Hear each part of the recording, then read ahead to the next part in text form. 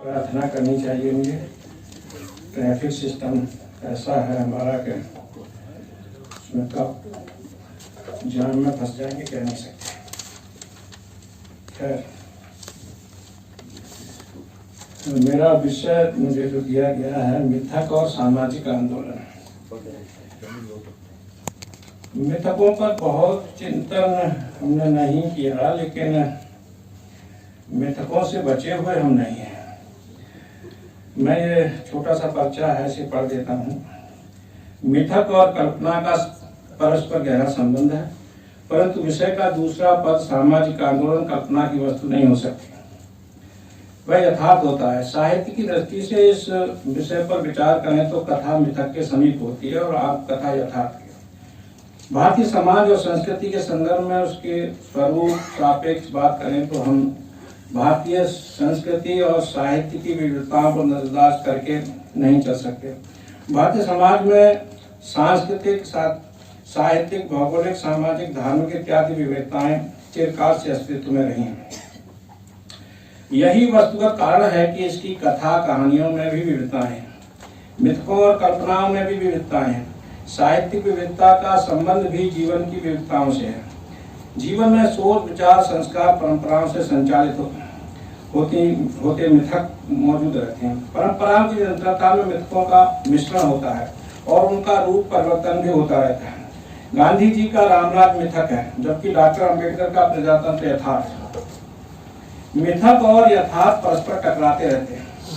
इस द्वंद्वात्मकता में समाज और साहित्य विकसित होते हैं। मैं से अपने इसके साथ कह सकता हूँ, आप हैं, वे हैं, बराबर हम सभी हैं, जमहूरी तरबियत देना सभी को लाजमी है। जहाँ तक सामाजिक आंदोलनों का प्रश्न है, प्रत्येक समाज में आवश्यकता के अनुसार आंतरिक और बाह्य दो प्रकार के आंदोलन होते हैं। आंतरिक आंदोलन के भी अनेक प्रकार होते हैं और बाह्य आंदोलन के भी कई रूप होते हैं।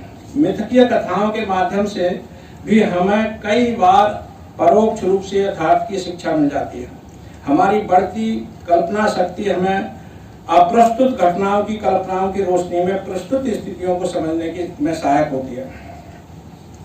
यथार्थ की सुस्तता को हम कल्पना की सरलता से ग्रहण करने योग्य पाते हैं। अनेक मिथक इतने रोचक और प्रिय होते हैं कि जिसके कारण वे ग्रहणीय हो जाते हैं और यथार्थ ग्रहण करने योग्य नहीं होता है।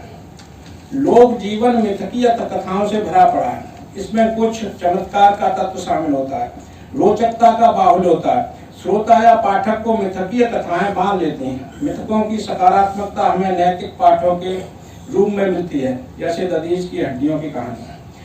अलौकिक चमत्कारों से मिथकीय कथाएं मानस पर छा जाती हैं। हैरी पॉटर कंप्यूटर की सहायता से फिल्मों में भी मिथकीय चमत्कार पैदा कर देता है। यह बच्चों को तो मोह ही लेता है, बड़े भी प्रभावित हुए बगैर नहीं रहते। यथार्थ आधुनिक वैज्ञानिक दृष्टि और मनुष्य की स्वाभाविक तार्किकता क्या है, क्यों है, कैसे है के जवाब खोजता है, जबकि मिथक कथात्मक शुद्धता को इतने प्रभावी ढंग से मानस में बिठाता है कि उसका स्थानापन्न होना संभव नहीं होता। मिथक के साथ चलते हुए और विकसित होते हुए तो सामाजिक यथार्थ तक पहुंचा जा सकता है, परंतु मिथक मुक्त हो सच तक नहीं पहुंचा जा सकता, खासकर साहित्य के संदर्भ में। मिथक कोई इतिहास की भांति समयबद्ध विवरण पेश नहीं करते हैं। ये समयातीत प्रभाव डालते हैं। सामाजिक आंदोलन में मिथकों की भूमिका का अध्ययन एक सार्थक विषय होगा। सामाजिक आंदोलन भी बहुरूपी और बहुस्तरीय होते हैं, इसलिए कि भारतीय समाज अनेक समाजों का समूह अथवा एक गुलदस्ते की भांति है, जिसमें अनेक रंग के फूलों की तरह एक गुलदस्ते में बंधे रहते हैं।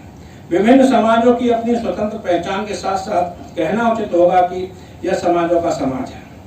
हम समाज सुधारकों के मिथकीय उद्बोधनों की पड़ताल कर सकते हैं। समाज को जागरूक और प्रबुद्ध बनाने के लिए सामाजिक नायकों ने, सुधार को संतों और साहित्यकारों ने काल्पनिक कथाओं से प्रेरक प्रसंगों का सहारा लेकर अतीत की कथाओं से सीख अथवा सबक लेकर वर्तमान को समझने और भविष्य का अनुमान लगाने के अनेकानेक बौद्धिक उपक्रम किए हैं। समाज में व्याप्त शिक्षाप्रद किंवदंतियां भी मिथकों द्वारा ही निर्मित हुई प्रतीत होती हैं।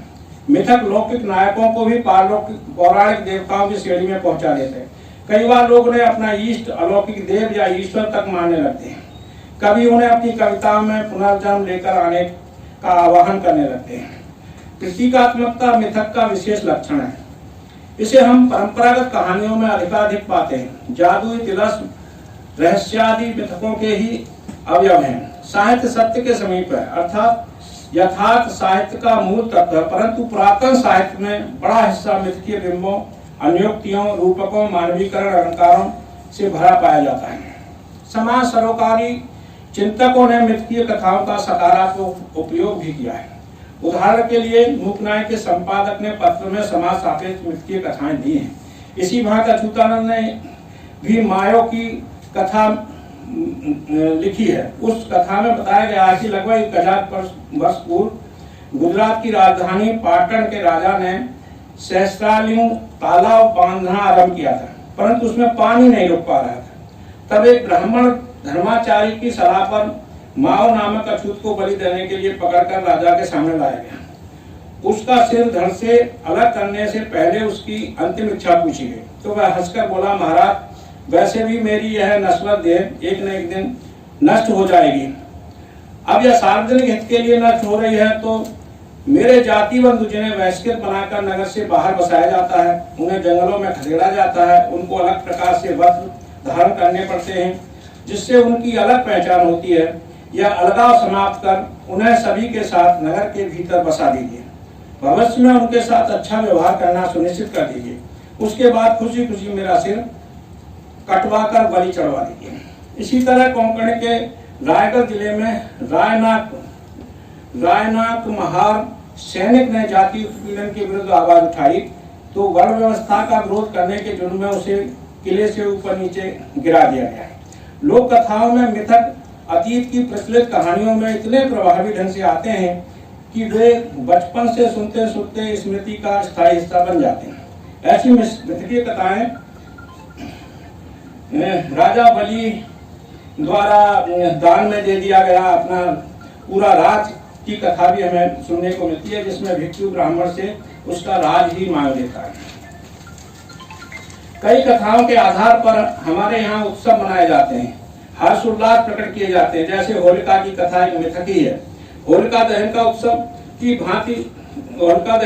की भांति मनाया जाता है, जबकि यथार्थवादी तथा महिला विमर्शकार इसे पितृसत्ता द्वारा स्त्री के बलात् दहन की कथा मानते हैं। कई स्थानों पर महिलाएं होलिका दहन का विरोध भी करती हैं। वाल्मीकि रामायण में शंभू का प्रसंग आता है, रामचरितमानस में नहीं आता। राम कथा दक्षिण में अलग तरह से है, आदिवासियों में इसका स्वरूप अलग है। यदि कोई ऐतिहासिक घटना हो तो उसमें तिथि समय दर्ज होता है, तो उसके अनेक रूप होना संभव नहीं होता। मिथक है तो वह अनेक रूप में हो सकता है। ऐसा भी संभव है कि कोई घटना इतिहास में दर्ज हो, परंतु उसे मिथकों में कवियों अथवा कथाकारों द्वारा अपनी कल्पना द्वारा उन रुचियों के अनुरूप विनोद प्रिय रूप देकर लोकप्रिय बना दिया जाता है। जन सामान्य पर यथार्थ से अधिक मिथक प्रभावित होते दिखते हैं। इतिहास का अधिकांश यथार्थ से संबंध होता है और साहित्य का अधिकांश भाग मिथक और कल्पनाओं से बना होता है। धन्यवाद।